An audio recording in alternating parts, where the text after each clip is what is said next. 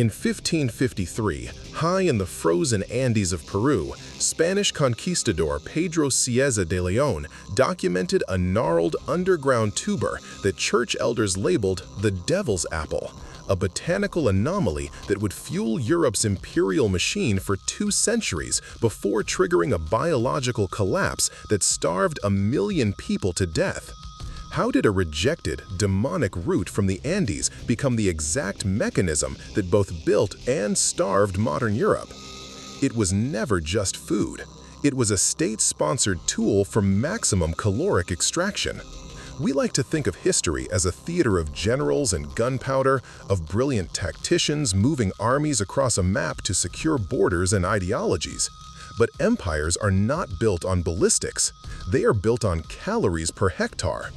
This pale, dirt-caked lump sitting in your pantry was the most devastating piece of logistical technology the Spanish crown ever encountered. Looking at it now, perfectly washed under fluorescent supermarket lights, it is hard to reconcile the sheer scale of the violence it funded. Which makes me wonder, what other ordinary staple sitting on your kitchen counter hides a legacy of empire and collapse? Tell me in the comments which food I should investigate next. To understand the weaponization of this tuber, you have to leave the modern kitchen and descend into the absolute dark of Cerro Rico, the rich hill of Potosi. By the late 16th century, the Spanish had discovered a literal mountain of silver in what is now Bolivia. Extracting that wealth required an endless supply of labor in conditions designed to break the human body. At over 13,000 feet above sea level, the air is suffocatingly thin. The wind carries a permanent, biting frost. The Spanish forced indigenous populations into subterranean freezing shafts for 16-hour shifts. Men were swallowed by the mountain, swinging iron pickaxes in a pitch-black labyrinth where the dust coated their lungs and the cold seeped into their joints. The mortality rate was catastrophic. Madrid faced an impending economic bottleneck. How do you keep tens of thousands of enslaved men alive just long enough to extract the silver, especially when the environment around the mountain cannot sustain traditional European agriculture? Wheat would simply wither and die in the frozen alkaline soil of the Andes. The conquerors needed fuel, cheap, indestructible, high-density fuel. They found it in the very root they despised. The Spanish elite flatly refused to eat the potato. To a European palate, it was an alien subterranean rock, an ugly, misshapen bulb pulled from the dirt, entirely unfit for Christian consumption. But they quickly recognized its brutal, calculating efficiency. The potato survived the frost. It ignored the altitude. It required no milling, no specialized ovens, no heavy refinement infrastructure. You pull it from the ground and you have immediate energy. For the miners at Potosi, the potato was processed into a watery utilitarian sludge. It was freeze-dried out in the icy Andean night, trampled underfoot to remove the moisture, and transformed into a hardened gray pellet called chuño. Reconstituted in boiling water, it tasted of nothing. But it was the ultimate caloric battery. A man could survive on it just long enough to carve another pound of silver from the rock. The stench of stale sweat, the metallic taste of mine dust, the absolute exhaustion of the shafts. This was the crucible where the potato proved its worth. It was not cultivated for sustenance. It was cultivated to keep the human machinery moving in the dark. Every ounce of silver that flowed back to Spain, building its grand armadas and funding its continental wars, was extracted through the slow combustion of potato calories inside the bodies of enslaved men. The math of empire was undeniable. And so, the galleons that crossed the Atlantic, weighed down with the blood price of Potosi silver, carried something else in their damp, salt-stained holds. Madrid was funded by the mountain of silver, and the ships carrying that wealth also carried the clandestine tuber to a Europe that was about to reject it with absolute terror. When the first sacks of potatoes were dragged off the wooden decks of Spanish galleons and dumped onto European docks, the reaction was not culinary curiosity, It was revulsion. The peasant and the aristocrat alike looked at the gnarled, uneven skin of the tuber and saw the physical manifestation of disease. To the European eye, this was not food. It looked like the severed, deformed fingers of a leper. In 1588, the scientific community formalized this dread. European botanists examined the plant, dissecting its pale flowers and toxic green berries, and classified it as Solanum tuberosum. They placed it in the exact same botanical family as deadly nightshade and the hallucinogenic mandrake. This was a family of poisons, of delirium, of sudden death. The potato was branded a biological pariah. But the fear went far deeper than botany. It became a matter of spiritual contamination. Swiss clergy took to the pulpit and declared the tuber a tool of witchcraft. Their logic was airtight for the 16th century. The potato was nowhere to be found in the Bible. Worse, it violated the natural, God-given order of agriculture. Wheat and barley were noble grasses. They grew upward, reaching for the light of the sun, and they reproduced through the scattering of pure seed. The potato hid in the perpetual darkness of the earth. It did not require seeds. To multiply the crop, a farmer had to take a knife, slice the physical flesh of the potato into pieces, and bury those amputated chunks in the mud. To the church elders, this was not farming. This was a dark, subterranean cloning ritual. It was the devil's apple, a root of heresy that thrived in the dirt and the dark. For decades, it was banished to botanical gardens, kept as a morbid curiosity, or fed exclusively to pigs. So how does a state force a deeply superstitious, terrified population to consume what they believe is poison? You wait for them to start starving. Europe in the 17th and 18th centuries was a continent constantly teetering on the edge of demographic collapse. The entire system of human survival relied on a monoculture of grain. Wheat is a fragile, temperamental crop. It requires specific rainfall, exact temperatures, and constant maintenance. If a late frost hit or a summer proved too wet, the stalks rotted in the fields. The result was inevitable and mathematically precise. The price of bread skyrocketed. The poor ate grass, boiled shoe leather, and eventually died in the streets. But weather was only half the threat. The real danger to the European food supply was the European military. When rival empires clashed, marching massive infantry columns across the continent, their primary tactic was scorched earth. Enemy cavalry would sweep through the agrarian heartlands with torches, setting fire to thousands of acres of golden wheat. In minutes, an entire region's caloric reserve was reduced to black ash. Famine was engineered as a weapon of war. It was the Prussian state that first recognized the tactical loophole in this cycle of destruction.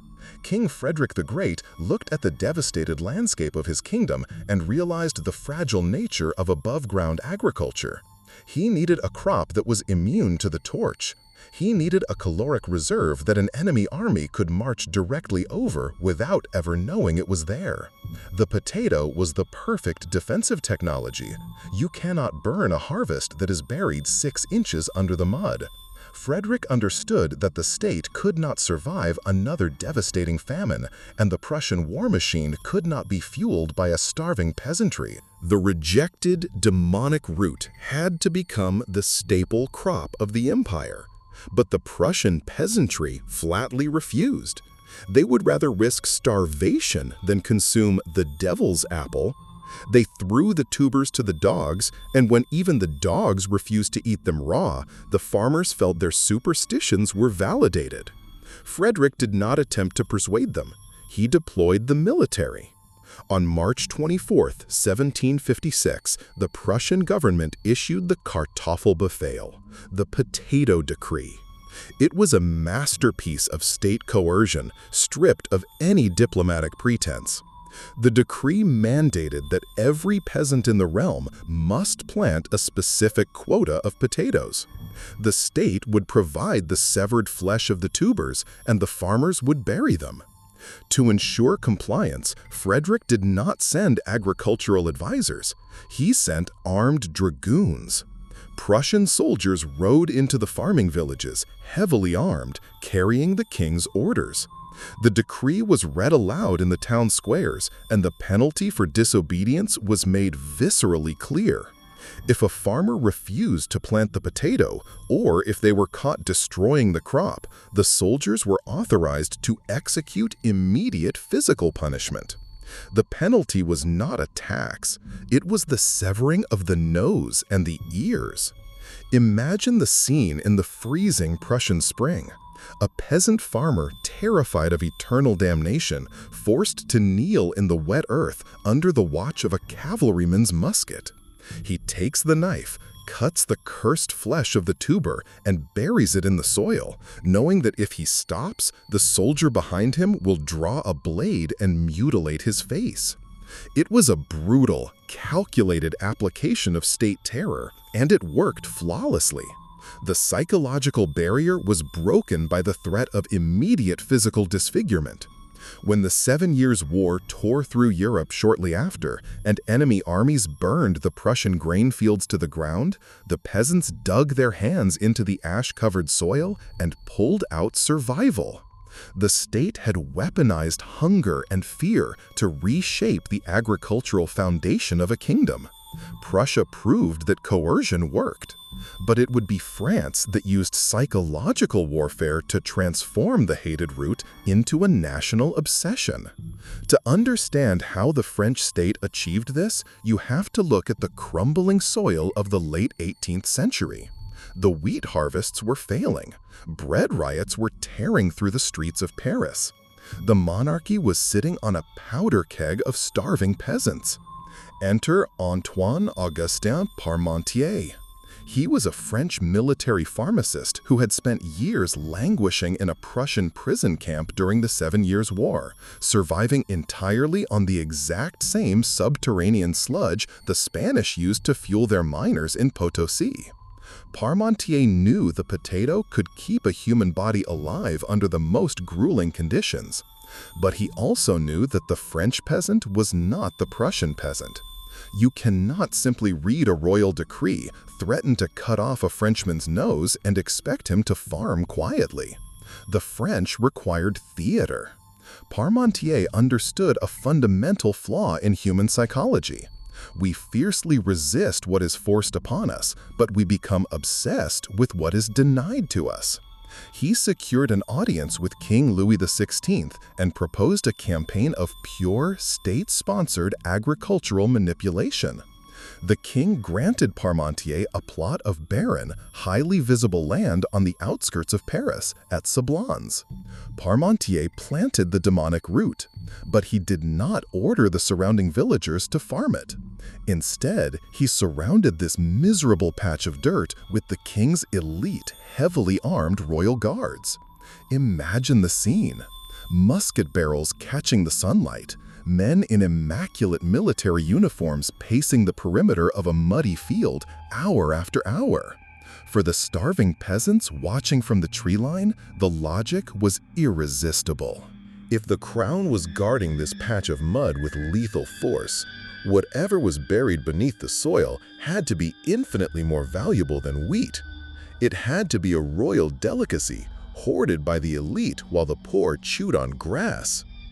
Parmentier instructed the guards to accept any bribes offered to them by the locals. And crucially, he ordered the soldiers to completely abandon their posts the moment the sun went down. Night falls over Paris. The fields are left entirely unguarded. Under the cover of darkness, the peasants creep into the king's field. They dig their bare hands into the cold earth. They steal the very tubers their own priests previously condemned as witchcraft, carrying them back to their hovels as smuggled contraband. Parmentier successfully tricked a starving populace into stealing their own salvation. He then escalated the psychological campaign to the absolute top of the social hierarchy. He presented a bouquet of the potato's pale purple flowers to the royal court. Marie Antoinette pinned the blossoms into her hair. Louis XVI wore them in his buttonhole. Suddenly, the biological pariah of Europe was the height of aristocratic fashion. The nobility began planting it in their vast estate gardens, not for sustenance, but for the sheer vanity of the flower.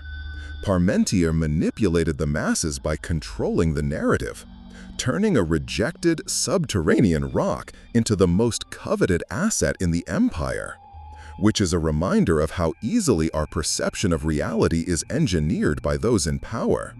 If you appreciate history stripped of its polite fictions, consider subscribing to the channel. We rely on the archives, not the myths, to understand the machinery of the modern world. Once the psychological stigma was broken, the potato was pushed into the ground across the entire European continent. It was no longer a Prussian military secret or a French royal parlor trick. It became the dominant botanical reality of the working class. And here is where the raw, terrifying mathematics of caloric density permanently rewrote the human map. Picture a single hectare of European farmland in the early 19th century. If you plant that hectare with wheat, you are fighting a constant war of attrition against the environment. You harvest your grain, you thresh the stalks until your hands bleed, you mill the kernels into flour, and if the weather was absolutely perfect, that hectare yields roughly 3 to 4 million calories, enough to sustain a family barely until the next winter. Now take that exact same hectare of dirt, no extra fertilizer, no advanced irrigation. You take a knife, slice up the potato, bury the fleshy clones, and walk away.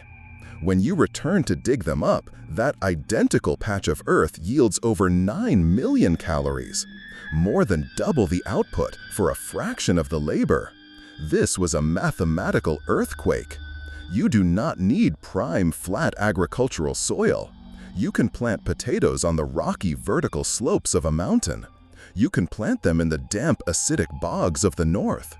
You can plant them in the marginal wasteland where a stalk of wheat would simply snap in the wind and rot. Suddenly, the poorest families in Europe, families who had spent centuries burying their children during the winter famines, possessed a massive, indestructible surplus of energy. The biological constraints of human reproduction vanished almost overnight. Between 1750 and 1850, the population of Europe doubled. It was an explosion of human life entirely engineered by a South American root. Millions of new bodies were generated, but the arable land was finite. The agrarian fields could not hold this swelling tide of humanity, so this newly minted population had only one place to go. They were pushed into the crowded, soot-choked streets of the cities. They became an endless, disposable river of cheap labor. Look closely at the sprawling, smoke-belching factories of the Industrial Revolution. We are taught that coal and steam engines built the modern era. But steam engines do not run textile looms by themselves. They require thousands of human hands working 14-hour shifts in deafening, dangerous conditions. This vast, desperate labor pool, the men, women, and children feeding the mechanized beast of industrial London, Manchester, and Paris, only existed because the potato provided the baseline caloric fuel to breed them. The root fed the workers fed the factories. The factories built the modern world. The potato was the demographic engine of the empire. Without it, the Industrial Revolution would have suffocated in its infancy, starved of the cheap human muscle required to turn the gears. Europe looked at its booming populations, its filled granaries, and its towering factory smokestacks and declared an ultimate victory over nature. They believed they had out-engineered the ancient cycle of famine forever. But by forcing entire continents to depend on a single genetic profile, they had inadvertently armed a biological weapon of mass destruction. To see this biological weapon detonate, you must look at Ireland in the early 19th century. The British Empire had systematically transformed the island into a sprawling agricultural extraction zone. English absentee landlords, sitting comfortably in the plush, oak-paneled drawing rooms of London, held the deeds to the land.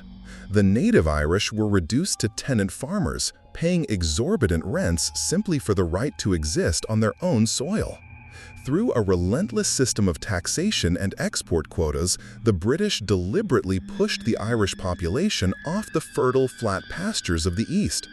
Those prime lands were strictly reserved for cash crops, for towering fields of oats, wheat, and grazing cattle, all of which were immediately loaded onto merchant ships and exported across the Irish Sea to feed the industrial factories of England. To survive on the tiny, infertile scraps of land left over in the rocky, wind-blasted bogs of the western coast, the Irish tenant farmer had no choice but to rely on the caloric miracle of the Andes. But they did not plant a diverse botanical safety net. They relied almost entirely on a single, highly specific clone known as the lumper. The lumper was an ugly, pale, knobby variant. It was watery and tasted of damp earth. But its utility was absolute.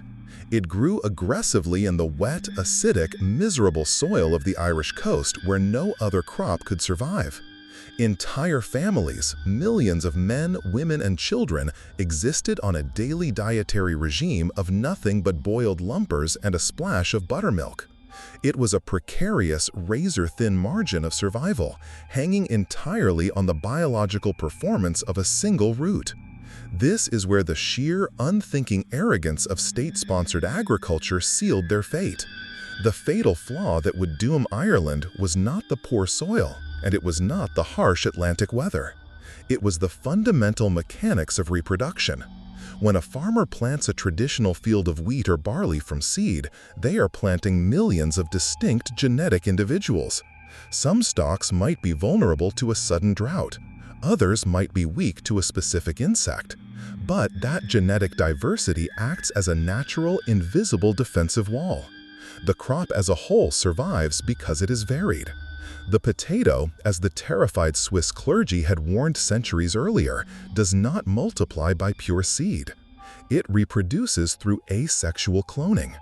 A farmer takes a knife, cuts the lumper into pieces, buries the amputated flesh in the mud, and the tuber sprouts a perfect, genetically identical copy of itself. Driven by the desperate need to pay British rents and keep their children from starving, the Irish tenants had unknowingly blanketed an entire island in a staggering agricultural monoculture. Millions upon millions of potatoes. But genetically speaking, there was no diversity at all.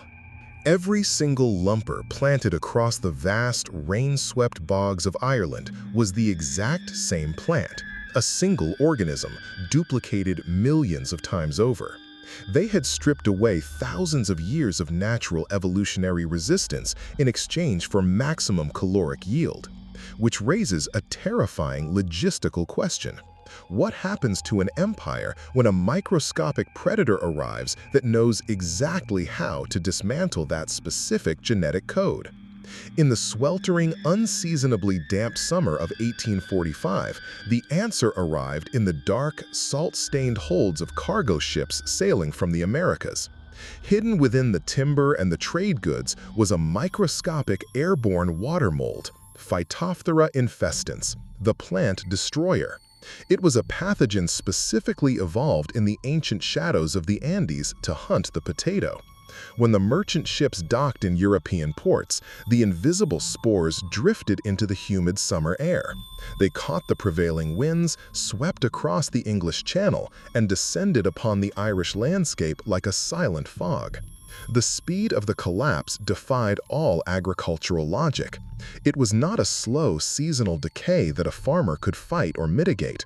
It was a biological flash flood.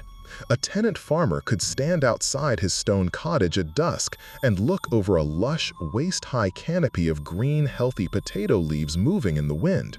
By sunrise, he would walk out his door to find an unrecognizable nightmare. The leaves had turned into black, shriveled husks covered in a fine, white fungal ash. The structural integrity of the stalks simply dissolved, collapsing into a rotting, weeping sludge. But the true horror was buried underneath the soil. When the desperate families drove their iron spades into the wet earth to salvage whatever they could, they did not find the solid, pale flesh of the lumper. They pulled up handfuls of liquefied, stinking black slime.